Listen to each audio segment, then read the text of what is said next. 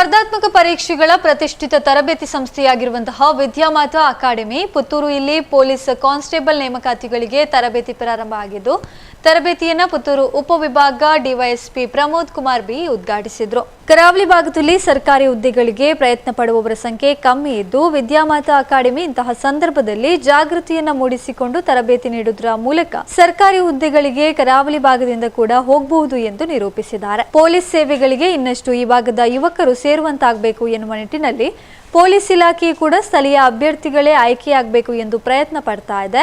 ಸ್ಥಳೀಯ ಅಭ್ಯರ್ಥಿಗಳೇ ಆಯ್ಕೆಯಾದ್ರೆ ಸ್ಥಳೀಯ ಜನರ ನಾಡಿಮಿಡಿತ ಆಚಾರ ವಿಚಾರಗಳ ಅನುಭವ ಕೂಡ ಇರ್ತದೆ.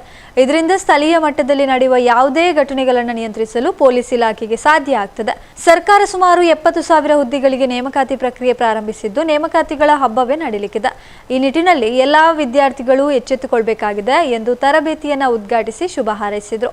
ಈ ಸಂದರ್ಭದಲ್ಲಿ ಡ್ರಗ್ಸ್ ಇತ್ಯಾದಿ ಮಾದಕ ದ್ರವ್ಯಗಳಿಗೆ ಯುವ ಸಮುದಾಯ ಬಲಿಯಾಗ್ತಾ ಇರುವ ಬಗ್ಗೆಯೂ ಜಾಗೃತಿಯನ್ನು ಮೂಡಿಸುವ ಸಲುವಾಗಿ ವಿದ್ಯಾರ್ಥಿಗಳು ಡ್ರಗ್ಸ್ ಇತ್ಯಾದಿ ಮಾದಕ ದ್ರವ್ಯಗಳಿಗೆ ಬಲಿಯಾಗದೆ ಸದೃಢ ಬದುಕನ್ನು ಕಟ್ಟಿಕೊಳ್ಳುವಂತೆ ಕರೆ ನೀಡಿದರು.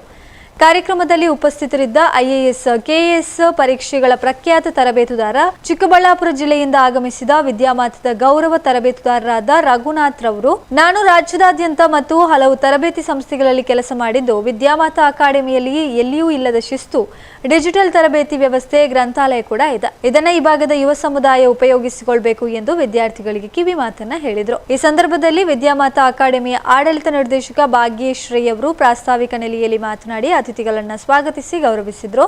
ಕಾರ್ಯಕ್ರಮದಲ್ಲಿ ಸಾಮಾಜಿಕ ಕಾರ್ಯಕರ್ತ ವಿದ್ಯಾಮಾತಾ ಅಕಾಡೆಮಿಯ ಹಿತೈಷಿ ಮನೋಹರ್ ರೇ ಅವರು, ಅಕಾಡೆಮಿಯ ನಿರ್ದೇಶಕಿ ರಮ್ಯಾ ಭಾಗ್ಯಶ್ರೀ ಹಾಗೂ ತರಬೇತುದಾರರು ವಿದ್ಯಾರ್ಥಿಗಳು ಉಪಸ್ಥಿತರಿದ್ದರು.